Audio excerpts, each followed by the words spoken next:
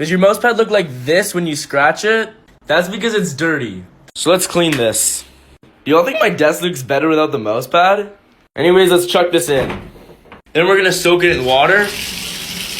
And you're gonna pour some laundry detergent on it. Soak that in.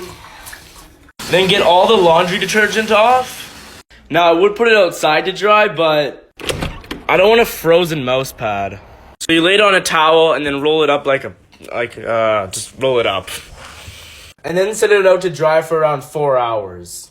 I have another mouse pad, so I'm just gonna let mine dry overnight.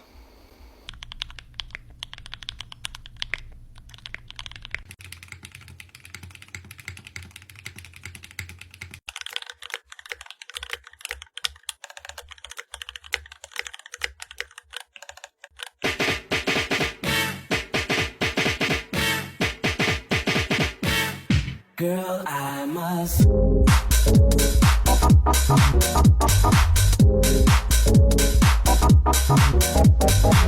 See, most keyboard mods are absolutely useless and do absolutely nothing. But one of my friends put a couple layers of tape at the bottom of their PCB, and it actually sounded pretty good. It might have just been a good sounding board, but let's try it because why not? Alright, well, let's take this thing apart. Alright, so we got the back off, and now let's take out the PCB. Oh god, I forgot this was like stacked. Oh, look at that. You know, not having a back of the case is the real mod. That sounds pretty good. You know what? Screw taking out the PCB. I'm just gonna do it like this. I'm just gonna put on like 15 layers.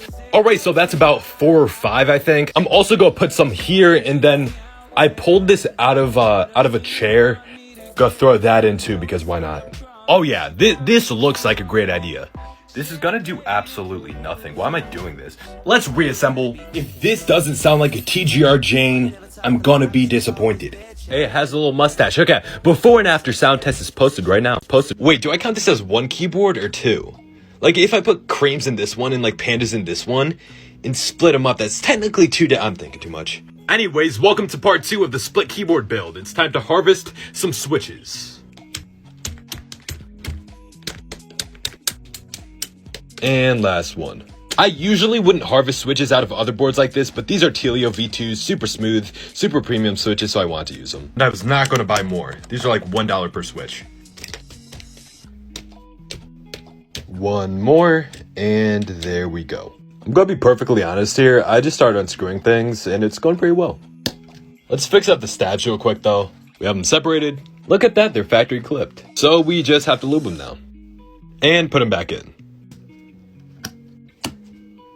Let's finish up these switches. Part 3 in 10 minutes.